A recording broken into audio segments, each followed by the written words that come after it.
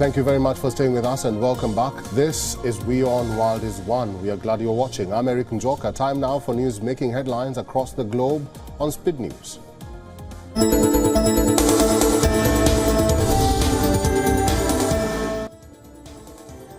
In a joint statement, United States President Joe Biden, Australian Prime Minister Anthony Albanese and British Prime Minister Rishi Sunak announced details of the Trilateral AUKUS project, which will provide Australia with nuclear-powered attack submarines, a major step to counter China's ambitions in the Indo-Pacific.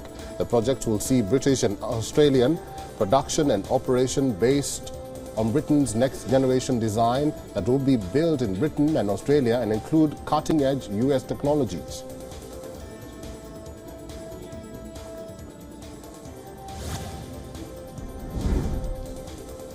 U.S. State Department spokesperson Ned Price stated that Washington hopes the Black Sea Grain Initiative will be extended before it expires on March 18th. Russia has suggested extending the deal, which allows the safe export of grain from Ukraine's Black Sea ports, but only for a period of 60 days. The Black Sea Grain Initiative was brokered between Russia and Ukraine by the United Nations and Turkey last July, with an aim to prevent a global food crisis by allowing Ukrainian grain blockaded by Russia's invasion to be safely exported from 3 Ukrainian ports. The deal, which was extended for 120 days in November, is up for renewal on March 18th.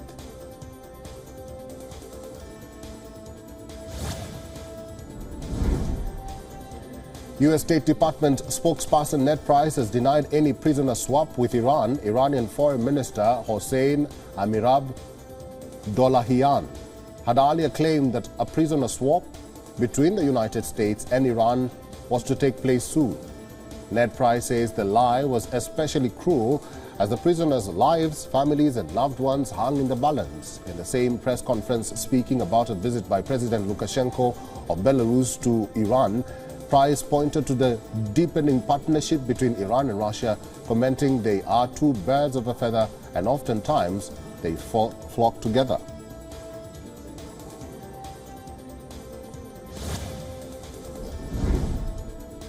A missing Texas teen has been found alive in a North Carolina shed after last being seen at her home on March 1st. The county sheriff's office said that they have arrested 34-year-old Jorge Ivan Santos Camacho. He is being charged with child abduction, felonious restraint, human trafficking, statutory sex offense and indecent liberties. Investigators of the police and the FBI determined that the girl communicated to the suspect through social media platforms.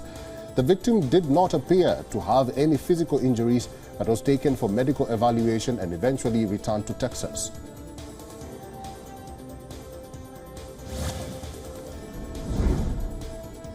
Islamic extremists who raced a truck along a crowded New York City bike path will get an automatic sentence of life in prison with no possibility of parole. This is after the jury failed to reach consensus on a death sentence. Seyfalo Saipov drove a truck down the busy riverside path running over cyclists, killing 5 Argentine tourists, 2 Americans and a Belgian woman.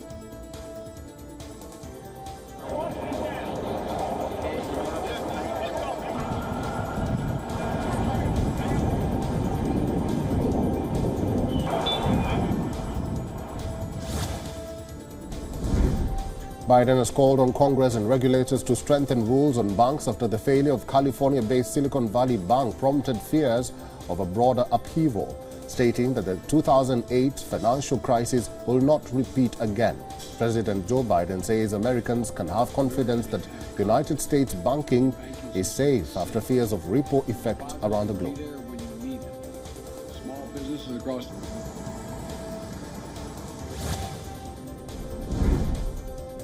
A hit-and-run incident in Canada's Quebec has killed 2 people and injured 9.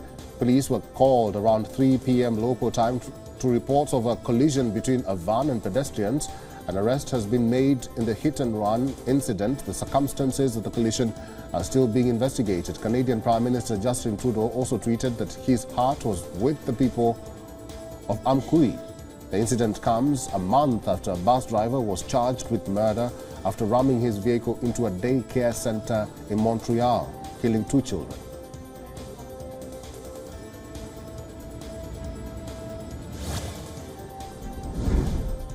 The Colombian Navy seized 2.6 tons of cocaine on board a semi-submersible sea vessel. During the inspection of the vessel, they also found bodies of 2 people along with a drug shipment. 2 additional people were found aboard the vessel who were in poor health due to inhalation of toxic fumes from the fuel. Navy officials said the shipment of drugs was headed to Central America.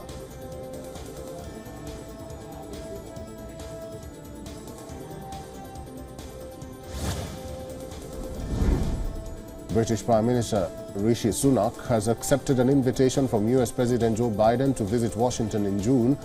British Prime Minister was in San Diego for the Australia-UK-US summit.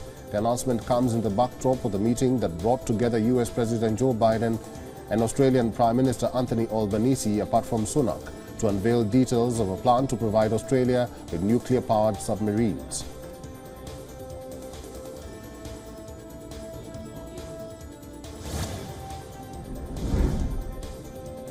Thousands of junior doctors in Britain are participating in a walkout as part of a 3-day strike that is set to disrupt patient care.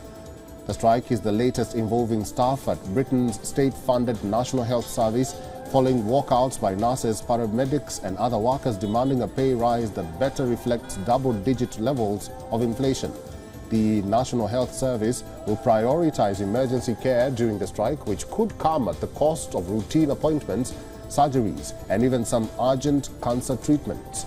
Their trade union, the British Medical Association, says starting pay for junior doctors can be as low as $17 per hour. Protect the NHS! Doctor retention!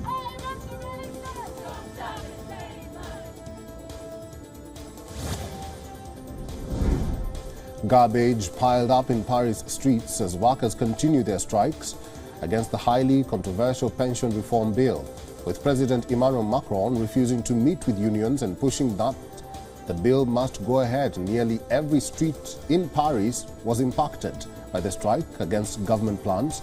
According to the Paris City Hall, on the 7th day of the garbage collectors' strike, 5,400 tons of waste remained uncollected in the streets of the capital.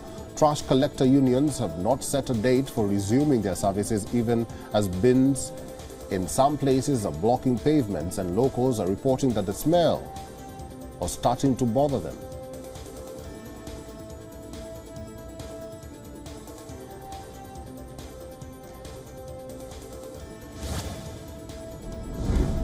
Israeli scholars have presented to the parliament an outline for a compromise on the coalition's legal reforms. This comes after 10 consecutive weeks of nationwide demonstrations following Justice Minister Yariv Levin's announcement in January that the coalition would pursue judicial reforms with petitions and protests by various professional sectors in Israel. The committee chairman, Simcha Rothman, says that while the gaps remained substantial, the outline could constitute a basis for negotiations with opponents of the government plan.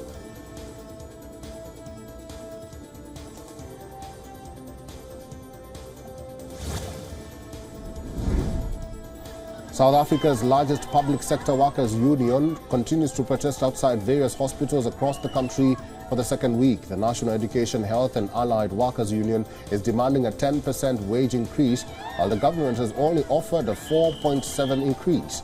As per a result of this, protesters have vowed to intensify their action until their demands are met. With heavy law enforcement on display to monitor the rallies, members of the South African Defence Forces are also deployed to keep the protests from turning sour.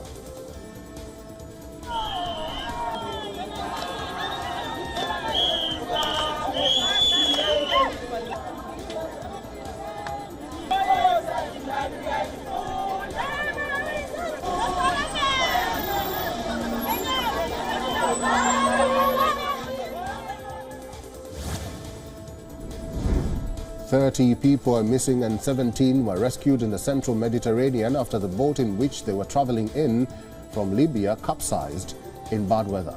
The Coast Guard said in a statement rescue operations were ongoing, supported by merchant ships and area support by the EU's border agency Frontex. The tragedy comes just weeks after a February 26th shipwreck near the southern region of Calabria, in which at least 79 people died. Alarm Phone, a charity that picks up calls from migrant vessels in distress, assumed the 30 people were dead. They blamed Italy for sending its Coast Guard, despite being repeatedly alerted on that the boat was in trouble.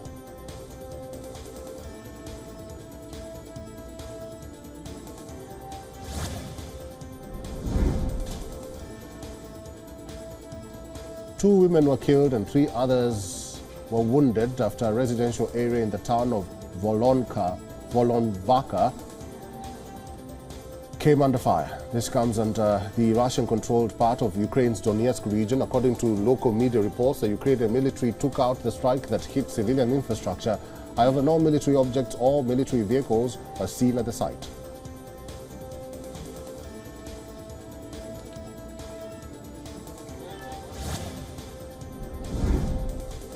India's Supreme Court has said that a 5-judge bench will start hearing final arguments over granting legal recognition to same-sex marriages on the 18th of April, the proceedings of which will be live-streamed on its website and YouTube. The case is being seen as a milestone event for LGBTQ+ rights in the country. India's top court decriminalized homosexuality in 2018 by scrapping a colonial-era ban on gay sex. But the government has informed the court that it opposes recognizing same-sex marriage and has asked the Supreme Court to reject challenges to the current legal framework lodged by LGBTQ couples.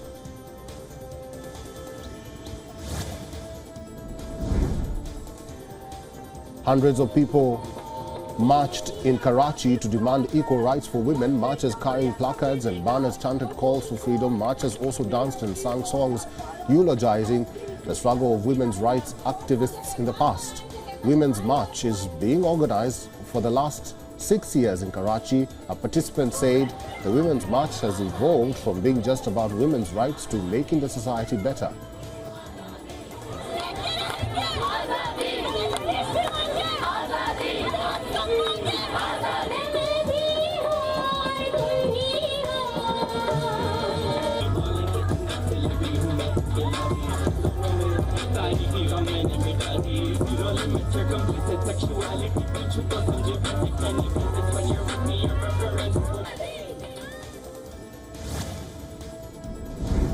China is reopening after the COVID-19 curbs. In the latest, Beijing has decided to reissue various categories of visas to foreigners from March 15. Apart from this, China also aims to lift visa restrictions for various locations, including the cruise ships passing through the Shanghai port. Visa-free entry for foreigners from Hong Kong and Macau will also be resumed.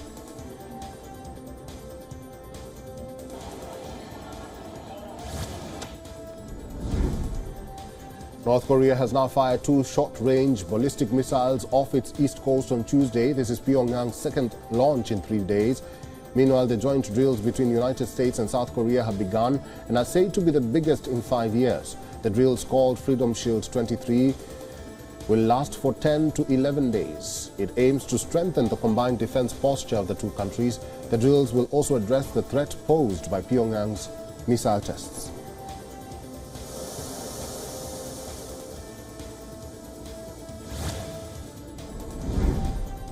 Authorities in Indonesia's popular holiday island of Bali have asked the Central Immigration Agency to cancel a visa on-arrival policy for Russian and Ukrainian nationals after tourists were found working illegally.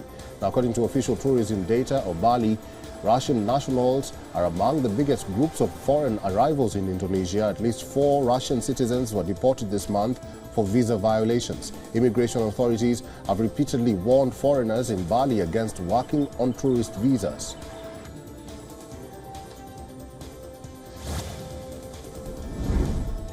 A man was rescued from an island in the Salinas River in the California Highway Patrol after his car got swept away by floodwater.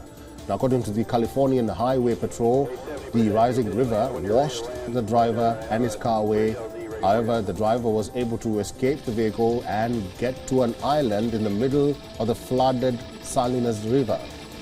This comes after an atmospheric river storm drenched California with torrential rains causing floods that washed out roads and prompted evacuations.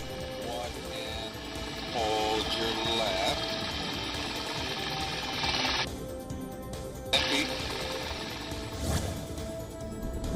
A state of emergency was declared in the Brazilian city of Manaus after a landslide caused by heavy rains killed at least 8 people. Drone footage of the landslide aftermath showed the destruction caused in a housing area located in a high-risk zone. Locals and rescue workers worked together to look for survivors amongst the debris. Now, according to local media, 4 of the killed were adults and 4 were children. 3 survived.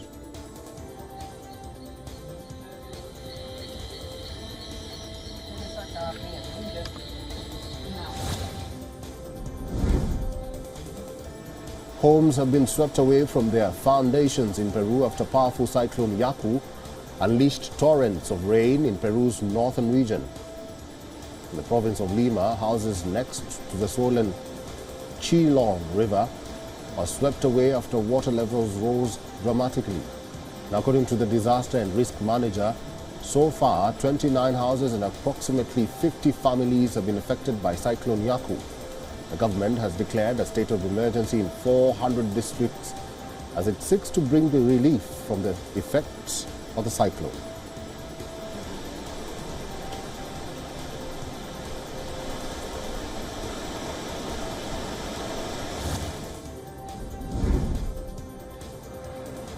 Talking about storms, but in another part of the world, at least 40 people have been confirmed dead because of tropical storm Freddy in Malawi, with the death toll expected to rise. A residential area in the Blantyre city was covered in mud water as search and rescue operations dug through rocks to find trapped bodies. Now, according to the World Meteorological Organization, Freddy is one of the strongest storms ever recorded in the southern hemisphere.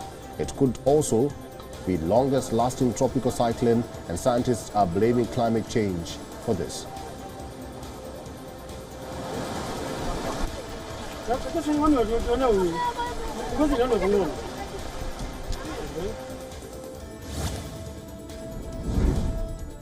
Tourists and people of faith visited St. Peter's Square to mark the 10th anniversary of Pope Francis's papacy. Pope Francis marked 10 years as head of the Roman Catholic Church, celebrating Mass with cardinals in the chapel of the Vatican's Santa Marta Hotel, where he has lived since his election.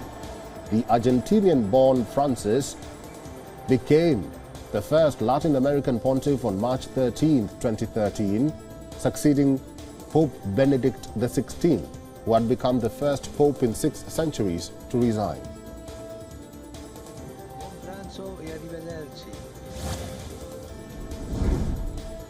Japanese conveyor belt sushi chain Kura Sushi announced that they have started using an artificial intelligence camera system after a video of a man leaking a soy sauce bottle at one of their restaurants in central Japan went viral. The AI-equipped camera system will reportedly spot any suspicious behavior and will then proceed to send an alert to Kura Sushi's headquarters, where a team will look further and take a look at the recorded video and contact restaurant staff to take necessary action.